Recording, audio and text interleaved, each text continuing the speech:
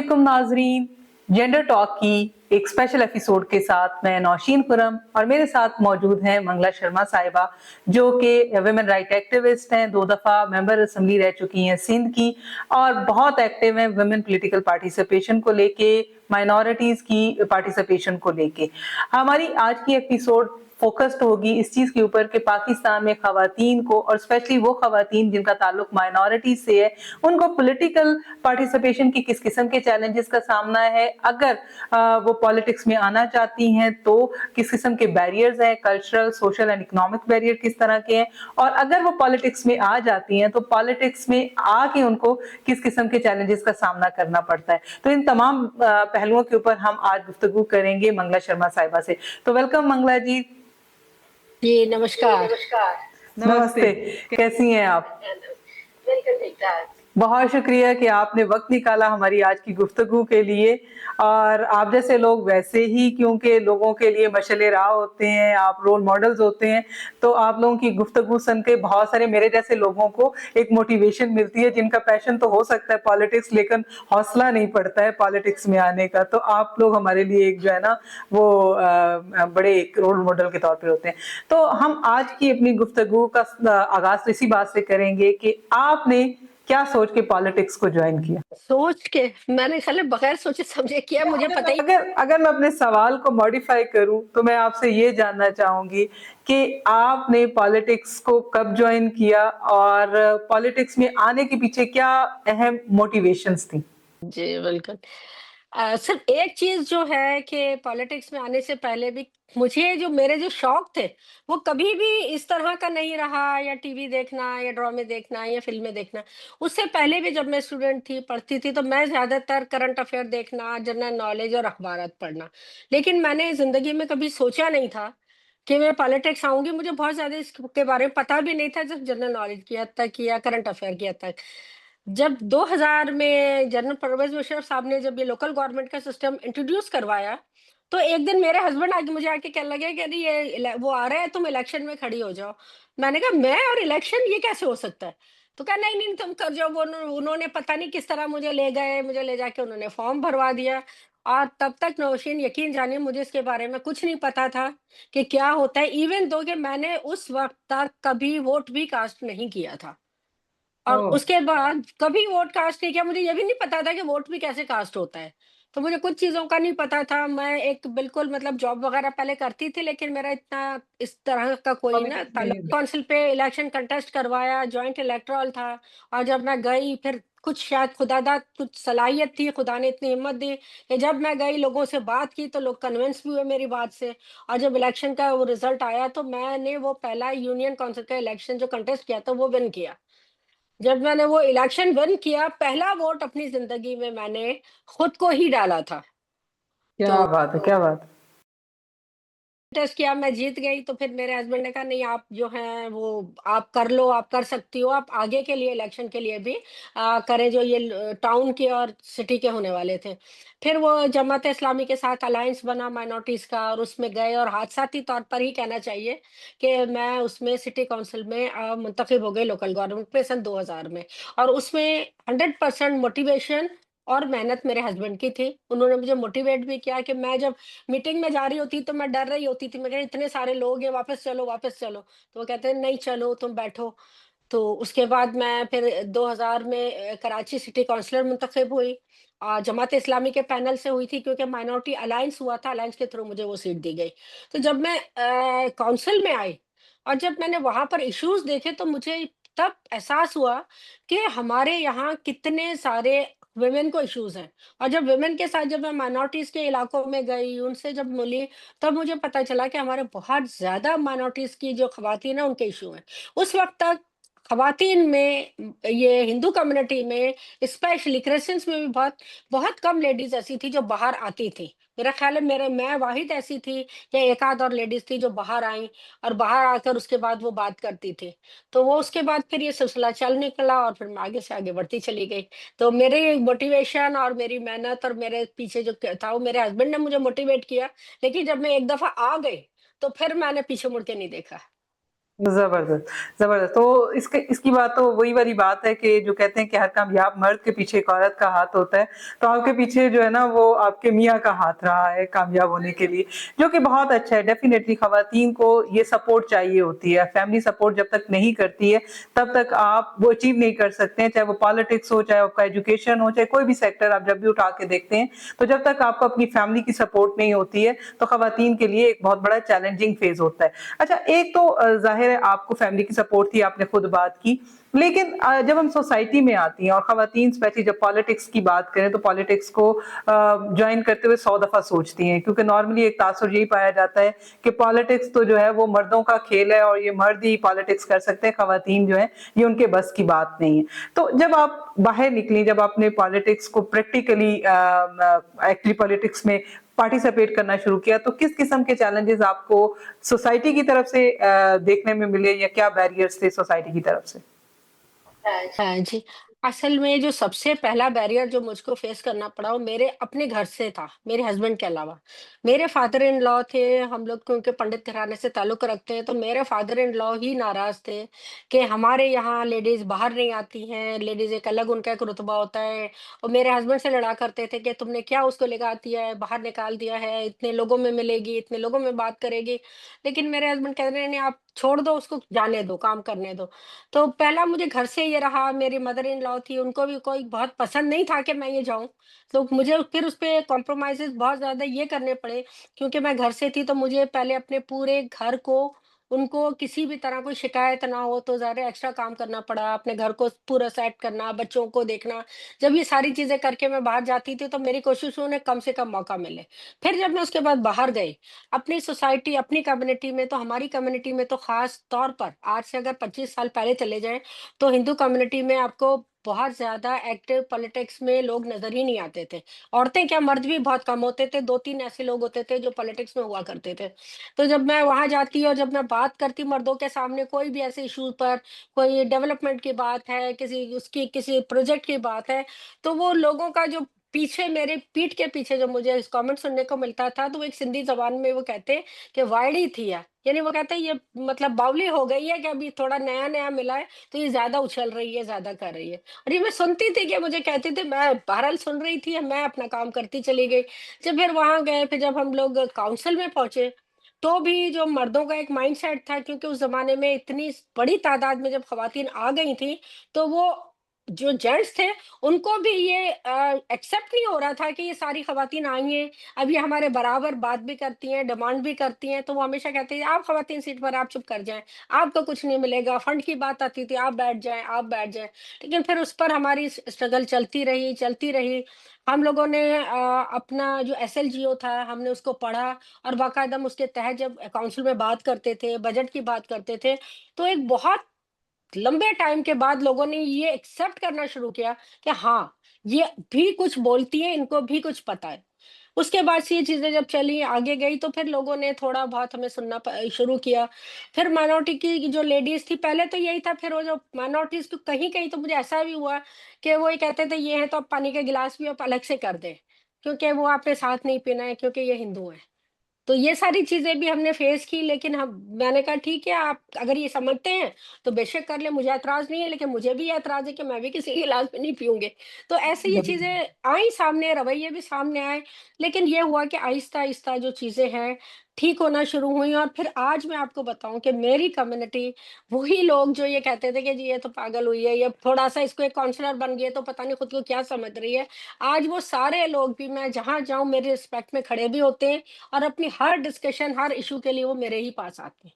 तो ये मेरी रिकॉग्निशन है। इसके अलावा मेरे जो फादर इन लॉ जो मुझसे मेरे लिए मना किया करते थे, जब उनकी 2006 में डेथ हुई तो उन्होंने मेरे हस्बैंड को बुलाया अपने पास और उनको कहा कि मंगला को कभी रोकना नहीं। वो जहाँ जान जितना आगे जाना चाहती है उसको जाने देना, इसकी मंज़िल बहुत आगे है। तो ये मेरे लिए एक्चुअल कॉम्प्लीमेंट था कि उन्होंने मुझे देखा और देखा कि ये कुछ करना चाहती है और शायद उनकी दुआओं ही से आज मैं इस मकाम पर हूँ। और दैट्स रियली वेरी इंस्पायरिंग और आपकी स्टोरी डेफिनेटली बहुत इंस्पायरिंग है। लेकिन क्या स्टेट की तरफ से भी आपको कितना सपोर्टिव, कितना फेवरेबल इन्वायरमेंट मिला, या स्टेट की तरफ से भी कोई चैलेंजेस थे, स्पेशली अगर आप माइनॉरिटी की बात करें और फिर वुमेन इन माइनॉरिटीज, तो ज़रा डबल आपके पास चैलेंजेस आ जाते हैं। तो स्टेट कितनी फेवरेबल थी, या कितना इनेबलिंग इन्वायरमेंट था असेंबलीज के अंदर जब आपने सिंध असेंबली को ज्वाइन किया, और अगर आप लॉज की बात करें तो लॉज कितने फेवरेबल हैं? मैं अगर असेंबली की बात करूं तो सिंध असेंबली में जो मेरी अपनी पर्सनल ऑब्जर्वेशन है, वो जो मैंने नोट किया और मैंने शायद एक दो मरतबा अपने स्पीच में भी ये पॉइंट आउट किया था, क्योंकि वहां जो मैंने देखा वहां एक क्लास है, एक जो प्रिवेल करती है वो क्लास करती है, एक है पॉलिटिकल फैमिलीज, पॉलिटिकल खानदान, एक है हमारे जैसे मिडिल क्लास लोग, एक फिर वो लेडी हैं जो नए आते हैं, मेरे जैसी लेडीज जिसका कोई पॉलिटिकल बैकग्राउंड भी ना हो, जिसका ताल्लुक भी मिडिल क्लास से हो, और फिर वो माइनॉरिटीज पर हो। तो फिर वो उनके लिए एज अ मेंबर वो प्रायोरिटी नहीं होती थी कि वो उठे उन्हें जवाब दे या उनसे बात करें या उनसे सवाल पूछा जाए। मैं हाथ उठा उठा के थक जाती थी, लेकिन स्पीकर साहब को ये था कि जो उनकी पॉलिटिकल बैकग्राउंड से उनको उनको पहले देना है, फिर जो पुराने हैं उनको देना, और बहुत लास्ट में जब आप हाथ उठा उठा के थक जाएं तो कभी कभार वो मुझे मौका मिलता था। ये चीज तो रही, और मैंने इसको पॉइंट आउट भी किया, क्योंकि हम मिडिल क्लास की हैं, हम फीमेल हैं, तो आप हमें नहीं देते। तो ये वहां पर वो करते हैं। माइनॉरिटीज के साथ ये कि आपको टाइम मिल जाता है, लेकिन जब कोई एक कमेटी बनती है, जो कमेटी बना करती थी, जो कुछ चीजें इस तरह से कोई अगर प्रोसीडिंग होती थी, तो उसमें आप उनको माइनॉरिटीज, और अगर फीमेल है तो उनको कभी भी इस तरह से आगे नहीं किया जाता। माइनॉरिटीज मेल को फिर भी करते हैं जो पीछे से अगर चल रहे साथ आ रहे हैं, लेकिन फीमेल को जरा वहां पे कम किया जाता है। अभी भी आप देख लें, आप नेशनल असेंबली की कमिटीज उठा लें, आप किसी और की उठा, कोई स्पेशल कमिटीज बनती है, कोई बड़ी बड़ी जब कमिटीज बनती है, चाहे वो आईनी तरमीम की हो, चाहे 18वीं तरमीम जब हुई थी, इतनी बड़ी तरमीम हुई थी असेंबली में, लेकिन उसमें माइनॉरिटी का कोई एक भी नुमाइंदा मौजूद नहीं था। तो वहां पर कहीं ना कहीं वो उसको माइनॉरिटी को माइनर समझ लिया जाता है। तो यहाँ चीज होती है। अदरवाइज स्टेट ने बिहेवियर की बात करें, एटीट्यूड की बात करें, तो मुझे ऐसी कोई ऐसी तकलीफ नहीं हुई। मुझे हर जगह अच्छा रिस्पेक्ट भी मिली, इज्जत भी मिली, और हम काम करते रहे। लेकिन जब हम लेजिस्लेशन की बात करते हैं, माइनॉरिटीज की लेजिस्लेशन की हम बात करते रहे, तो फिर कहीं ना कहीं वो फिर मेजोरिटी के प्रेशर में गवर्नमेंट आती रही, और वो हमें उस तरह से, मैं अपने टेन्योर में वो लेजिस्लेशन नहीं करवा सकी जो मैं करवाना चाहती थी। बिल्कुल। अच्छा, मंगला साहिबा, अभी आपने लेजिस्लेशन के ऊपर ही बात की, तो अगर हम आपसे पूछ रहे हैं कि किस किस्म की रिफॉर्म्स की ज़रूरत है पाकिस्तान में, दोनों एंगल से बात करिएगा। एक तो ख़वातीन को लेके, स्पेशली अगर ख़वातीन पॉलिटिक्स में है तो उनको लेके किस तरह की लेजिस्लेशन या किस तरह की रिफॉर्म्स के ऊपर बात होनी चाहिए, क्योंकि एक बड़ा अरसा लगा है ख़वातीन को भी पॉलिटिकली, ख़वातीन की मूवमेंट्स को भी पाकिस्तान में, और जब भी हम ख़वातीन की रिप्रेजेंटेशन की बात करते हैं तो इक्वल रिप्रेजेंटेशन तो अभी मेजोरिटी में भी वुमेन्स की नहीं है, कि 33% रिप्रेजेंटेशन नहीं होती है, ये इस तरह के मसाइल चलते रहते हैं। फिर वही प्रिविलेज क्लास जो है वो रिजर्व सीट्स पे भी आती है, तो ये वाले चैलेंजेस तो अपनी जगह मौजूद है। तो किस किस्म की रिफॉर्म इस लेवल पे लाने की जरूरत है, और फिर अगर हम स्पेसिफिकली माइनॉरिटीज के हवाले से बात करें और माइनॉरिटी वुमेन की रिप्रेजेंटेशन की बात करें, तो वहां पे किन रिफॉर्म्स की जरूरत है? इसलिए में मैंने 2-3 मरतबा जब इलेक्शन कमीशन के साथ भी मीटिंग्स हुई, तो मैंने वहाँ भी ये सजेशन दी थी कि जब अगर आप चलें, हम पूरे सिस्टम को चेंज नहीं कर सकते हैं, पूरे प्रोसेस को चेंज नहीं कर सकते हैं। अगर आपको मेन एक्सट्रीम में माइनॉरिटी वुमेन को साथ लाना है, तो आपने जो असेंबलीज में 9 या 10 जो भी सीटें रखी हुई हैं, उन सीटों में भी आप कोटा रख दें कि अगर 10 सीटें हैं या 9 सीटें हैं, तो उसमें 2 से 3 आपको माइनॉरिटी वुमेन को ही देनी है। जब आप वो कोटा रखेंगे तब तो माइनॉरिटी की वुमेन आ सकेंगे। अदरवाइज आप अभी भी देखें, वरना माइनॉरिटी की वुमेन को, क्योंकि मर्द इतने हैं, मर्दों का माशरा है, वो आगे आने ही नहीं देते। आपके पास वुमेन इतनी फाइनेंशियली स्ट्रांग नहीं होती, जो सिस्टम है वो पार्टी इतने फंड दे नहीं पाती। जाहिर है आपके लिए, उसके लिए वो अपने घर के मर्दों पर डिपेंड करती हैं। जब वो मर्द वो फंड देते हैं तो वो ये कहते हैं फिर आप क्यों सीट पर आए, हम खुद क्यों ना जाए। तो उनके लिए ज़रूरी है कि अगर वो सीटें हैं, उनमें 2 से 3 सीटें जो भी हैं, वो वुमेन की अलग से रखें ताकि वुमेन आए। जब तक असेंबलीज़ में वुमेन का कोटा नहीं था, तो आप खुद भी देखें वुमेन नहीं होती थी असेंबली में, कोटे के बाद आना शुरू हुई। तो और आप ये भी देखिए कि वुमेन का जो बिज़नेस है, वुमेन की अटेंडेंस है, वुमेन का इंटरेस्ट है, वो मेल हज़रात से बहुत ज़्यादा है। तो अगर आपको को वो काम भी करती हैं सारा कुछ, तो उनको उस तरह से लेकर आना चाहिए। अगर हम ओवरऑल वुमेन की बात करते हैं तो वुमेन को उस हद तक अब तो लोग आ भी रही हैं, खवातीन जो आ रही हैं जनरल इलेक्शन पे, तो उसमें आप मैंडेटरी कर दें कि आप कहीं न कहीं जो है ना एक वुमेन को आप उसके साथ खड़ा करें कैंडिडेट। जब वो मेन एक्सट्रीम में आएँगी, तब वो हल्के की कॉन्स्टिट्यूएंसी की पॉलिटिक्स को समझ सकेंगे। अब अभी वही है, जब ऊपर से आ जाती हैं खवातीन तो बहुत सारी खवातीन का हक खत्म हो जाता है। उसके लिए आप कोई क्राइटेरिया बना दें, एटलीस्ट एक लेडी जिसने 5 साल अपनी पार्टी में किसी पार्टी ओहदे पे काम किया हो, उसको आप ऊपर से आगे लेकर आएँ। ताकि कम से कम उसको जब वो असेंबली में आए तो उसको लोगों का भी पता हो, उनका एटीट्यूड भी पता हो, चीज़ें पता हो। और मौका जो लोकल गवर्नमेंट है, ये मेरा अब मेरी सजेशन है, ज़रूरी नहीं कोई इत्तेफ़ाक करे कि जो भी आप असेंबली में लेकर आते हैं, तो उनको थ्रू प्रोसेस आना चाहिए। हम क्लास 1-2 के बाद आगे जाते हैं, तो पहले वो लोकल गवर्नमेंट में उन्होंने सर्व किया हो, ताकि उन्हें पता हो कि लोकल के आपके इश्यूज़ क्या हैं, लोगों की चीज़ें कैसी हैं, तब वो आगे जाए। अब ऐसा होता है कि अचानक आप ऊपर से सेनेट पर, नेशनल में, प्रोविंस में जब आ जाती हैं, तो फिर उनको पता नहीं होता, फिर वो उनकी सिर्फ़ वोटिंग की हद तक कास्ट होती है, बाकी उनकी नुमाइंदगी औरतों की उस तरह नहीं हो पाती है। तो इस ऐसे रिफ़ॉर्म्स बहुत ज़रूरी हैं, जो ख़वातीन के लिए बिल बहुत पास हुए हैं, लेकिन ख़वातीन के लिए जितने भी ये बिल लेजिस्लेशन हुई है, उस पर इम्प्लीमेंटेशन करवाना भी गवर्नमेंट की ज़िम्मेदारी है। अगर वो पूरे प्रॉपर तरीके से होते हैं, हमारे सारे बिलों के बावजूद भी अगर आप अर्ली चाइल्ड मैरिज हो रही है, डोमेस्टिक वायलेंस हो रहा है, एसिड थ्रो हो रहा है, तो फिर कहीं न कहीं वो गवर्नमेंट का फेलियर है और उस पर गवर्नमेंट को देखना पड़ेगा।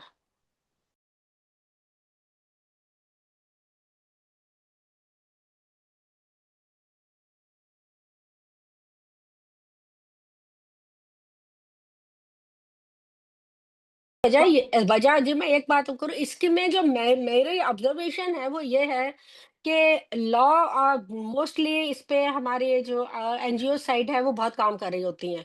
वो अपने पूरे बिल बनाती हैं, बना के ड्राफ्ट बना के दे देती हैं, असेंबली में पास चला भी जाता है, पास भी होता है। लेकिन उसके बाद असेंबली को उस बिल के साथ जो मैकेनिज्म बनाना चाहिए, वो वो मिसिंग मैकेनिज्म जो होता है। है वो नहीं बनता। जब मैकेनिज्म नहीं बनता तो वो जो बिल होता है वो हैंग हो जाता है हवा में, क्योंकि वो नीचे तक उसके जो है स्टेक होल्डर तक नहीं पहुँचता, डिपार्टमेंट को नहीं पता होता, तो फिर वो चीज़ें उस तरह इम्प्लीमेंट भी नहीं होती और उसका असर भी लोगों पे नहीं आता। मैकेनिज़्म विद रूल ये तमाम बहुत ज़रूरी है उसके साथ। बिल्कुल 100% एग्री मंगला साहिबा। और पाकिस्तान में लेजिस्लेशन बहुत होती है और कहा जाए तो बल्कि ओवर लेजिस्लेटेड कंट्री है, लेकिन प्रॉब्लम वहीं पे आता है कि जब आप उसके मैकेनिज्म सेट नहीं करते हैं, जब उसके लिए ड्यू बजट स्पेयर नहीं करते हैं, और फिर उसकी इम्प्लीमेंटेशन एक बहुत बड़ा चैलेंज बन के सामने आता है। और जब तक आप उसकी इम्प्लीमेंट नहीं करेंगे तो जिस इशू को आप एड्रेस करना चाह रहे हैं, आप उसके ऊपर जितनी मर्जी बात कर लें, लेकिन वो इशू तब तक रिजॉल्व नहीं होगा जब तक उसकी इम्प्लीमेंटेशन को हम इंश्योर नहीं कर सकेंगे। लेकिन हम उम्मीद करते हैं कि फ्यूचर में शायद जिस तरह से हालात बेहतर होते हैं, जिस तरह से चीजें इवॉल्व हो रही होती हैं, तो शायद एक वक्त आए कि बहुत सारे जो हमारे लेजिस्लेशन हुई है, स्पेशली जो प्रो वुमेन लेजिस्लेशन हुई है, उसके प्रॉपर मैकेनिज्म इन प्लेस हो और हम एड्रेस कर सकें जीबीवी जैसे मसाइल, वुमेन पॉलिटिकल पार्टिसिपेशन को इंश्योर कर सकें। लेकिन इसके साथ ही हम आपसे इजाजत चाहेंगे, आखिर में कोई एक मैसेज जो आप यंग खवातीन को जो कि पॉलिटिक्स में आना चाहती हैं उनको देना। तमाम अपनी यूथ को, यंग लड़कियों को, लड़कों को ये मैसेज होगा कि ये मुल्क भी हमारा है, इसकी हवाएँ ये हमारी शनाख्त है, हमारी पहचान है। अगर इस मुल्क में के लिए हमें कुछ करना है तो आप जहाँ हैं, जिस फ़ील्ड में हैं, जिस इलाके में हैं, सिंसियरिटी से, अपने खुलूस से, अपने-अपनी जगह, अपने-अपने डिपार्टमेंट, अपने-अपने इलाकों में वो काम करें। जब आप खुद से सिंसियर हो जाएँगे, तो वहाँ पर आपको आगे बढ़ने से कोई नहीं रोक सकेगा। जब आप सिंसियरिटी से, मेहनत से काम करेंगे, हम बजाए लोगों पे ब्लेम करने के, हम राइट्स के बजाय रिस्पॉन्सिबिलिटी की भी बात करें। हम हमेशा बात करते हैं हमारा ये राइट है, हमारा वो राइट है, लेकिन हम शायद भूल जाते हैं कि हमें रिस्पॉन्सिबिलिटी क्या है। राइट और रिस्पॉन्सिबिलिटी को साथ लेके चलें तो इंशाल्लाह कामयाबी आपके साथ है और हम अपने मुल्क को हमें ही आगे लेकर जाना है। हम ही इसके वारिस हैं और हम ही इसको बनाएँगे आगे भी। जबरदस्त, एक्सीलेंट। बहुत शुक्रिया शर्मा जी, और बहुत डीप मैसेज है अगर लोग इसको अंडरस्टैंड कर लें। ये मुल्क भी हमारा है, हमने ही रहना है, हमने ही इसको बेहतर बनाना है। मैं पढ़ देती हूँ, एक शेर लास्ट में मैं और पढ़ देती हूँ उसके लिए। शिकायत ज़ुल्मत शब से कहीं ये बेहतर है शिकायत-ए-ज़ुल्म शब्द से कहीं ये बेहतर है कि अपने हिस्से का कोई दिया जला के चलें, कि अपने हिस्से का कोई दिया जलाते चलें। जबरदस्त, जबरदस्त। बहुत उम्दा मंगला साहिबा आपका मैसेज, बहुत डीप है, समझने की ज़रूरत है और अगर हम सब इस कोशिश में लग जाएँ कि हमें अपने हिस्से का दिया जलाना है, तो फिर इस मुल्क में कहीं अंधेरे नहीं होंगे और आप जैसी अगर मिशलें राह होंगी, तो बहुत सारी ऐसी यंग लड़कियाँ जो कि मोटिवेटेड हैं, जिनको आगे बढ़ने का शौक है, तो वो उनको एक एक रास्ता दिखाती हैं। तो आज तो नाज़रीन आज हमारे साथ मौजूद थी मंगला शर्मा साहिबा। हमने जाना उनसे उनके पॉलिटिकल सफर के बारे में और आप लोगों ने देखा कि कोई भी रास्ता आप चुनते हैं वो मंजिल आसान नहीं होती। उस पे पहुंचने के लिए बहुत सारे चैलेंजेस होते हैं और वो चैलेंजेस आप उसी सूरत में अबूर कर सकते हैं जब आपके अंदर ये हौसला हो, जब आप ये ठान लें कि नहीं मुझे इस जगह पर पहुंचना है। तो इसके साथ ही हमें इजाजत दीजिए। स्पेशली खवातीन के हवाले से अगर आपका कोई मैसेज हो, कोई पैगाम आप देना चाहें तो हमारे कमेंट सेक्शन में जरूर लिखिएगा। अपनी राय से हमें जरूर आगाह करते रहिएगा। आपको हमारी आज की गुफ्तगू पसंद आई है तो please like, subscribe and share our channel. फिर मिलेंगे एक नई स्टोरी के साथ, एक नए ऐसे ही नाउन फिगर के साथ। तब तक के लिए इजाजत दीजिए। अल्लाह हाफिज।